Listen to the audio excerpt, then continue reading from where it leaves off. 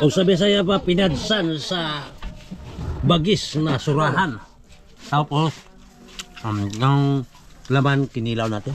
Tapos yung buto, kasi may konti pa natirang laman, kinilaw. Sayang. Kaya, grabe ka sabor mga ka-adventure. Welcome back mga ka-adventure. Another day is another adventure. And again, kung bago pa lang po kayo sa channel na ito, ay mag-subscribe na kayo para updated po kayo sa lahat ng ating mga bago adventure na ginagawa. Pakagaya po nito. Maraming salamat and God bless you.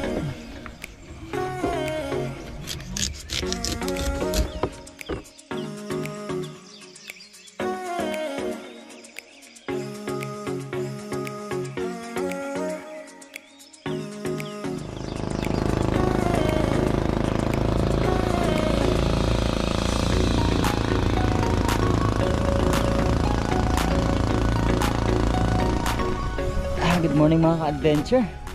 Another day, another adventure. Dito po kami sa laot. Ang layo!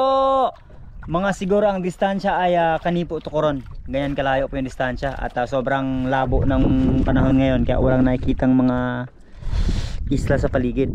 At since nandito tayo sa laot mga ka-adventure, at once in a blue moon lang, first time namin mamana dito. At hindi natin alam kung ano mga dito. Pero again, ang blessing ng Panginoon para sa atin today ay nandyan lang sa paligid. Kaya sustainable pa rin tayo, malalaki, pero as much as possible lang lahat ng pwede natin makita, tirahin natin kasi bihira lang tayo makapunta dito eh. Wag lang talaga maliliit. So ayan, preparation time lang po kami. At 4 pa lang pangalan ng Bahura, 4. Kung naalala nyo po yung Tuna Reef na madalas namin panaan, doble pa ang layo, mas malayo pa. Kaya si mga adventure, sama ko ulit si Native Channel, si Papa Tonyo. Ayan. So let's go. Pagpunta mga adventure, naman ako kay Native Channel. Tara. Usapan namin, kailangan pag may takuban yan, yung natirahin. Yes, ako na, sa'yo ng takugan. Takuban. Shout out po sa Ali, sa Pana. Good performance, kaya lang sablay sa tangigi. Mangluba, first time. First dive of the day mga ka-adventure. At Harlequin Sweet Lips kagad ang ating pong target dito dahil medyo may karamihan sila. At ang pinagtataka lang namin ay napakailap nung mga kasama nito at ang iba pang mga isda. Dahil nga siguro walang agos, kaya take note sa ating mga local spiro. The best time to hunt is talagang dapat merong mahina hanggang sa katamtaman lang na agos.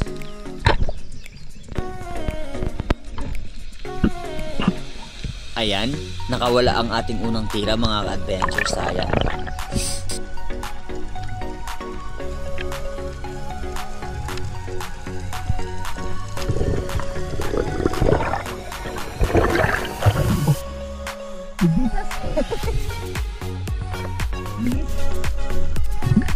May konting alangan kami sa area mga ka-adventure or sa spot na pinuntahan namin today dahil nga first time namin in Native Channel, hindi namin alam kung anong nandito, hindi pa kami na-experience mamana dito. At we're expecting sana ng mga maraming mga pelagics kagaya ng kwento nila Chairman at nila Papa Tonyo way back a decade ago na talagang napakarami ng pelagic dito. Yung tawag ay mga malalaking talakitok. Kaya lang wala kang agos, so eto na lang yung pelagic na nakita natin, yung mga green jobfish or malaguno kung tawagin.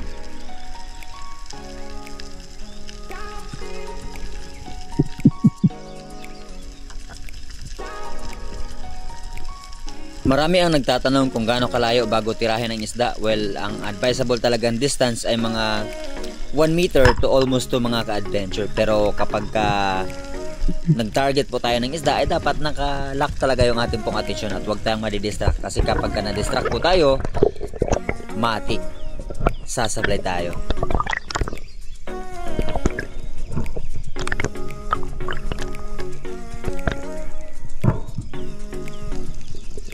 Sa di kalayuan ay nakita ko to si Native Channel na nag-scout dito sa bato dahil hinahanap niya yung mga oriental sweet lips or yung dilaw na mga labian.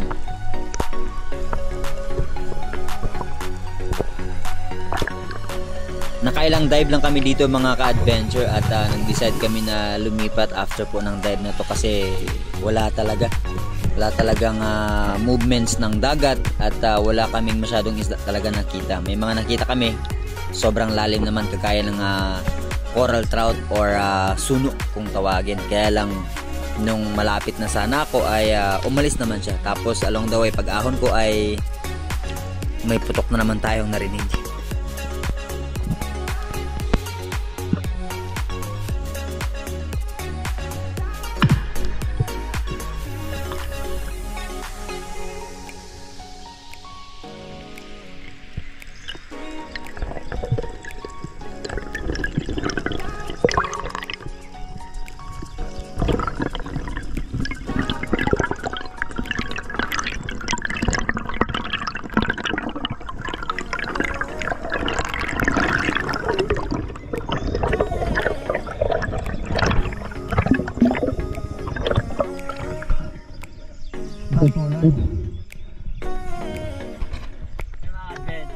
Lumipat kami.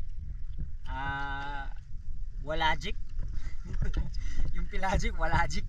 Wala kasing agos, sayang. At dito kami sa batch trip or bus trip.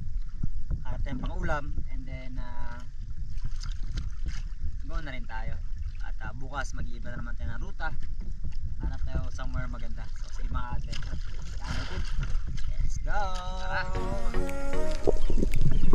Second dive ko na sa bato na ito mga ka-adventure dahil ang unang dive natin ay hindi natin natira yung Oriental Sweet Lips at ang grupo ng mga bayang kasi nga kapag grupo ay hindi natin tinitira kaya nag-decide ako na silipin yung mga looban ng mga bato kasi ang lalaki ng ilak na meron nakatago dito sa ilalim at luckily nakahanap naman tayo ng isa at in terms of malaki talagang malaki nga mga mahigit 2 kilo mga ka-adventure.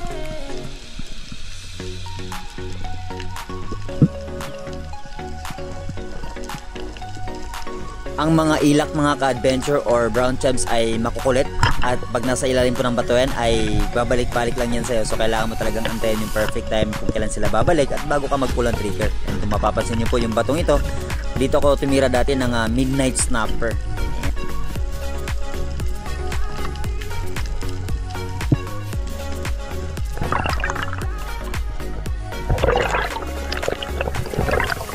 Sa ngayon mga ka-adventure kung makakita po kami ng ilak ay hindi na talaga sila ganun karami. Siguro pinakamaraming schools nila ay mga let's say 50 to 20 pieces or less. Hindi po kagaya nung panahon na sobrang dami pa talaga na kahit sila chairman ay ginagawa pa nila yung illegal na pamamaraan. Dati ay halos tunitulinadang ilak yung mga nahuhuli nila kasi ang mga ilak ay grupong-grupo kapag nasa bahura.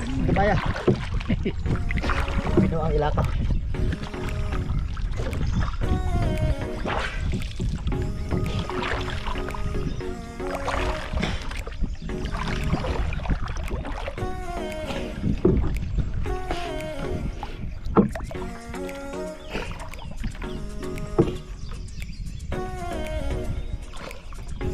Dako Tambok pa ka rin? Tambok na. Okay na.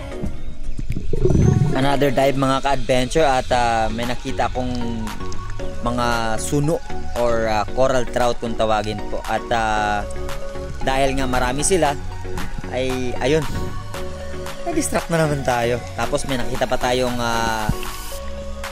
saddleback coral trout, yung kulay dilaw na first time po natin nakakuha na ayan, dilaw yung buntot. Ang ganda, good size na sana yun mga ka-adventure, kaya lang ayun nga, namili tayo hanggang sa hindi tayo nakatama.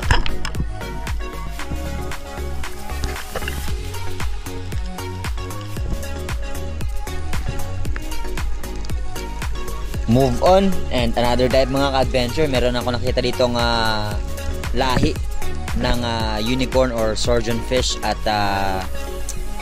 napakasarap po kasi nito na kilawin or daingin kaya sinintensyahan na natin.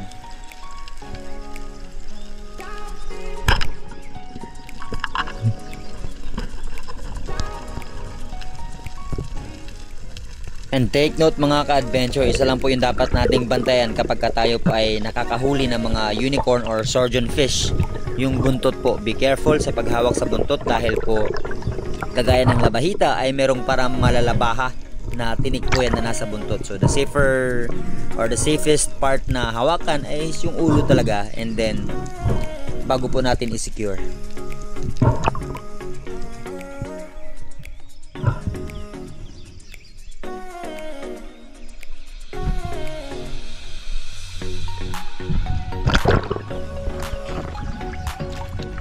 Good size mga ka-adventure. Ang lilitig tignan sa ilalim pero ang napakalaki pala.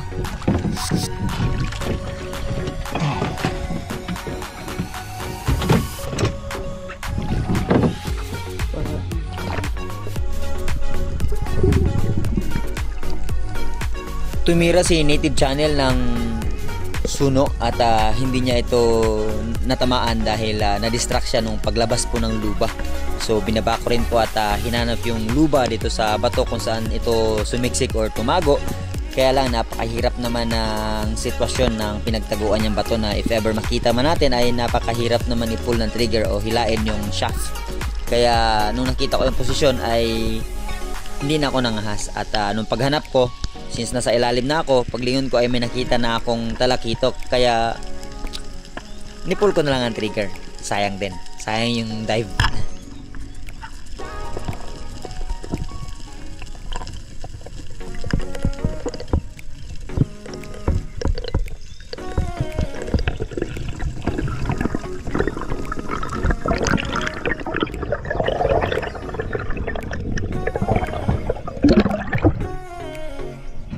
Bag.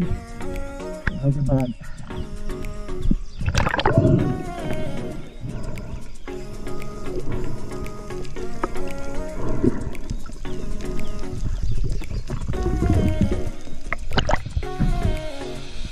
Silakan tak?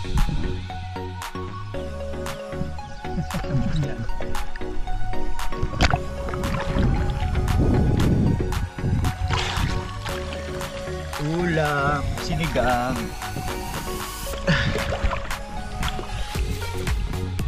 And after few dives mga ka-adventure, pumunta kami sa mas malalim na area sa kantuhan talaga. Good thing na hindi lumalayo si Papa Tonyo sa amin, pero after nyan ay nag-decide na rin kami na umuwi kasi alas 12 na po at napakatamlay talaga ng spot dahil nga walang agos. So uwi na. It's kill time.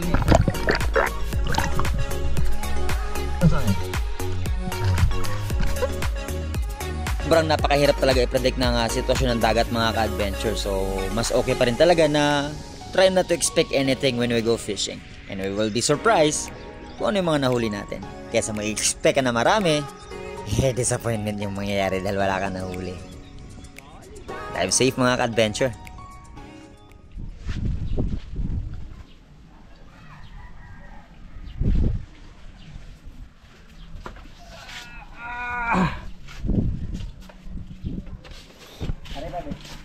Diego ko sa Diyan kamay dito pa. Pa na pa? Wa pa. Okay. Ilak ba? Ano ang ilaka? Adventure. Ito ang masarap kinilaw. Tawag diyan. Mambulaw, bagis.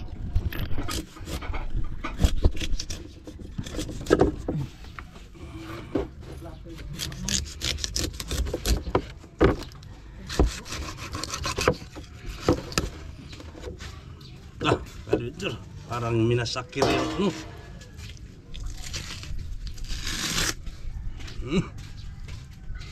Ganyan pala yan. Ganyan talaga. Sanay.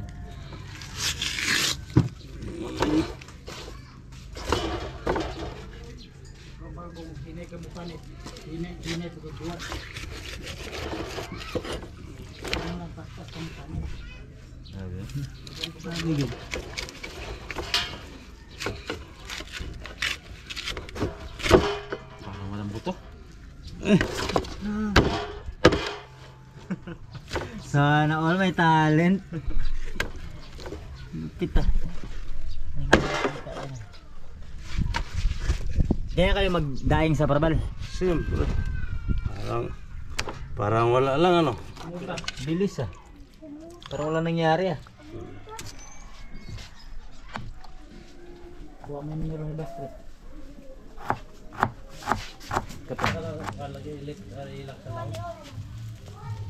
Ilak sa ninyo. Ayaw, iya ba na? Ito mga ka-adventure, itong o sa Bisaya pa pinadsan sa bagis na surahan. Tapos yung laman kinilaw natin. Tapos yung buto kasi may konti pa natirang laman inihaw. Sayang. Kaya grabe ka sabor mga ka-adventure. Kinilaw. Saan ang ilak natin higante? Higanting ilak. Ilak, nag-ilak. Baliktad pa. Baliktad. Baliktad Ano sa siya, katawan tumambling? mo. Hello, Lek. Oy, unsa una ka dito magpasundo? Tomorrow.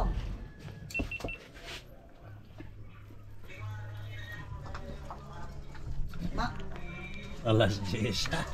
Patay kang pinakano dito. lagi kaya to si Manong Himo bito. Lami, kayo. Siya karon sayo, abang kapon, aron mapuhon. Kain ang samboy. Kaya mag-picnic man ang kung sila og mapuhon. Upset. Sa banan. Customer. Na. Awa na maday ni kay ug magtildiro. Ito Sara. Na. Ado nga. Ha? Suslo do. Doon sa kabukod libat dire? Ito man. Dili kon day. Di man to marag. Libat man jud to. Hindi. Suslo do dili na hangdong. Hindi hang ya. Delton? Mga randi? Magali ng kuan. Di ba din na? Libat ay. Ano da hindi kayo makashoot og bola kay. Di ba din na? Libat na rin. Libat-libat lang guna. Pero di jud libat. Oh. Buta. Saan na nagsili ang sasawan ko? Mukhain kag sili? Ag sa nita ka gininit kel. Dugmokon? Hindi na, ito na lang. Sa halo na lang ito. Di lang dugmokon. Dire lang. Halo lang. Oh, halo lang. Daghang. Sige. Sige. Pwede na. Tudog mo ba? Pwede mo ka sila?